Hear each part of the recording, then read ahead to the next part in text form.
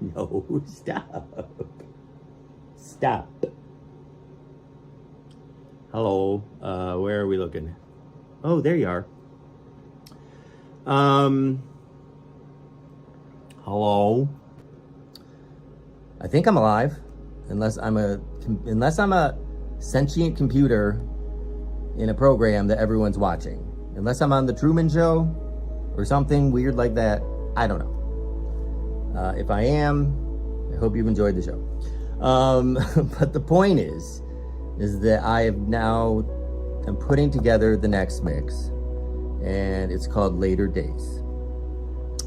And this just sort of came to me today. I've been sort of thinking about it a little bit.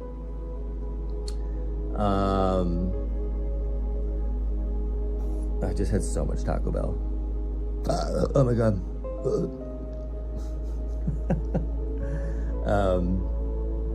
Anyway, so there's 11 songs on this fucking thing, and I have them all, but they're not in the right order.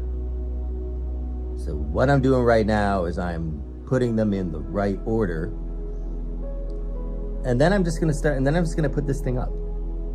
I think I'm just gonna stick it up because it's really good. What do we got? You know what? I'm not gonna give away all my secrets.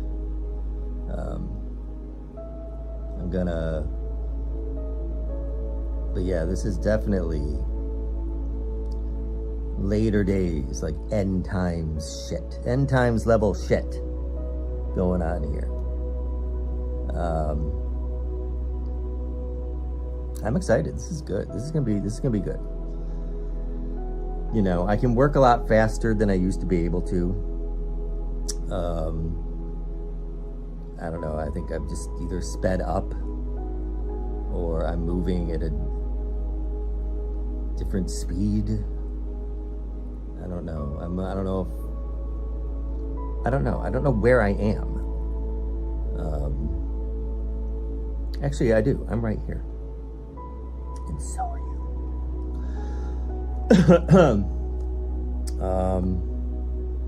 So yeah, I'm putting together Later Days. I have the first 4 songs ready to go. I want this completed by the lunar eclipse, which is Friday. Was this recording, right? Right. Okay. So I'm thinking we'll put up 4 songs tomorrow, 3 songs on Thursday, and the last 4 on Friday. That should take us to the lunar eclipse. I don't know what's supposed to happen on this day. And quite frankly, can I say something? Getting a little sick of the portals, a little sick of the messages, a little sick of everything. The warnings, the prophecies, you know, all this stuff, you know, and it's like every day goes by and it's just like, okay, well, you know, nothing's happened. And, you know, so when I was 7, maybe 8, Mom, we were in a department store, like a JCPenney or something, and she came up to me. She like picked me up, so I was probably 6, I don't know. And right near the entrance, right where people are like checking out and like going in and out, she had to, I don't know if she had to poo or what she had to do. She had to go somewhere. She said, "Now, baby, I want you to sit right here, and I want you to wait for me. Be patient for me." And I was just kicking my legs back and forth, and I said, "Okay." She said, "Good, honey." And then she left. And I just sat there. And it was at that moment I was gifted. I know it was a gift with apparently infinite patience. That doesn't mean I can't get irritated. That doesn't mean I can't be like, okay. But as far as, I am not an impatient person. I can wait. I'll wait. I'll wait forever. Do you understand me? I will wait forever. So, and I guess, you know, she came back, but that, it's just a peaceful feeling, you know? You just sort of just, everyone just needs to fucking just chill out. Just relax. You know, you're not gonna die if you stop talking. Silence is not an enemy. It's gonna be okay.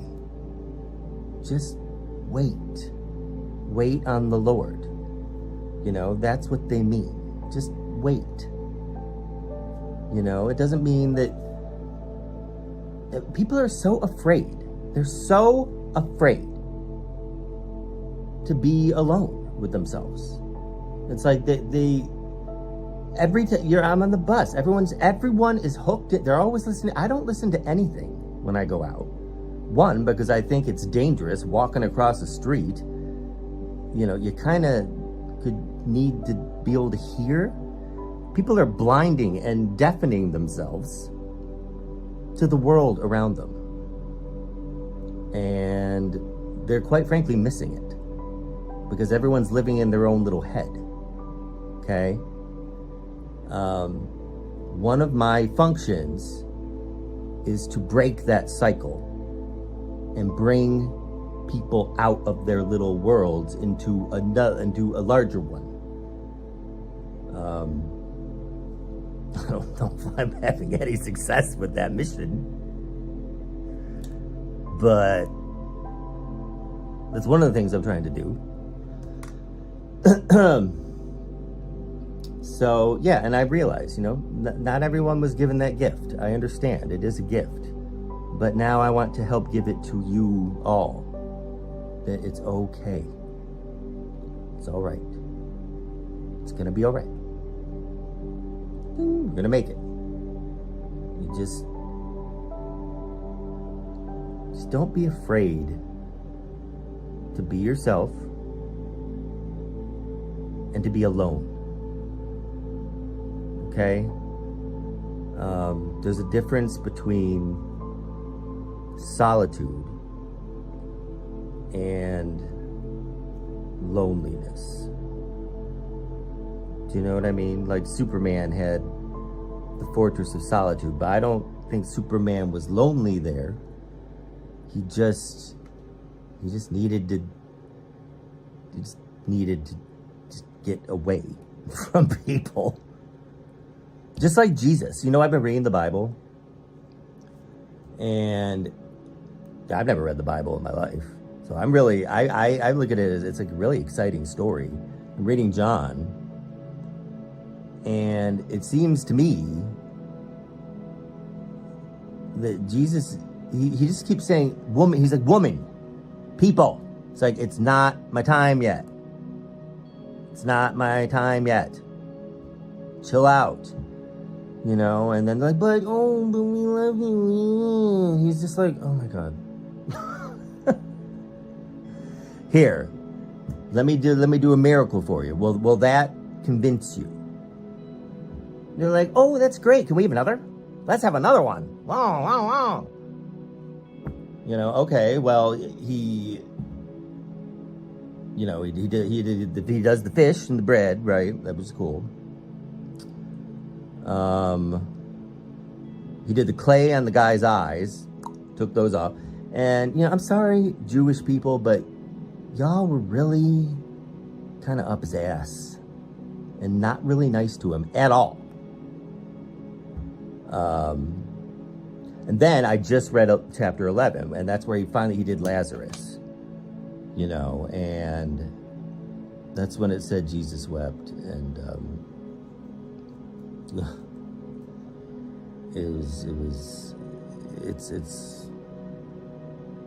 it's really amazing.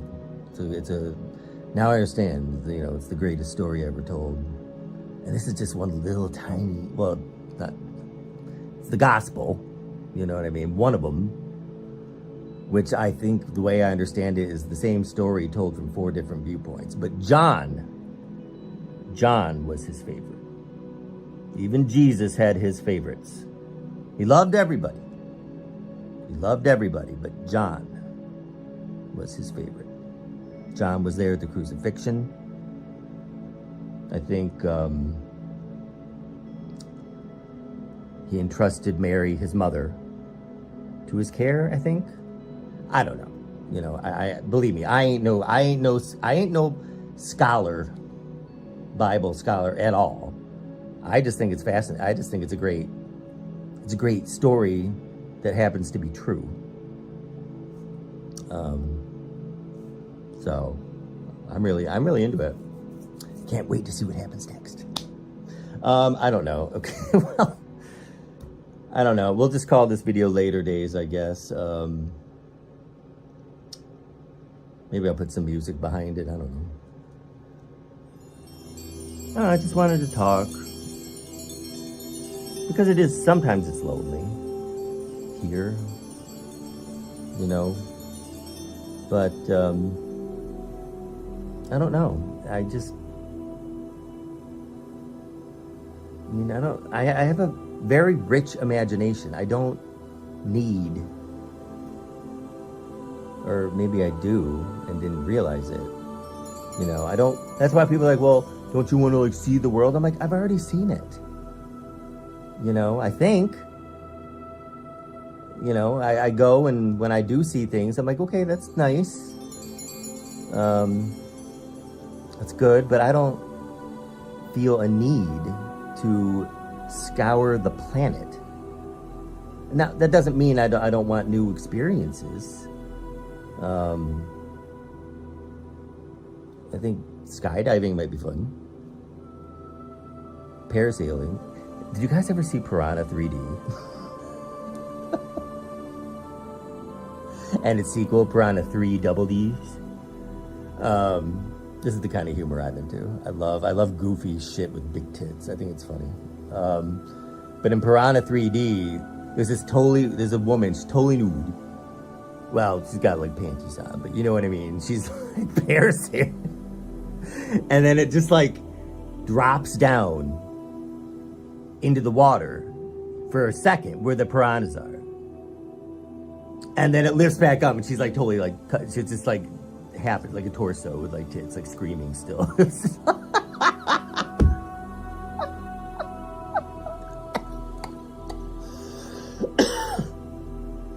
That's the kind of shit I think is funny.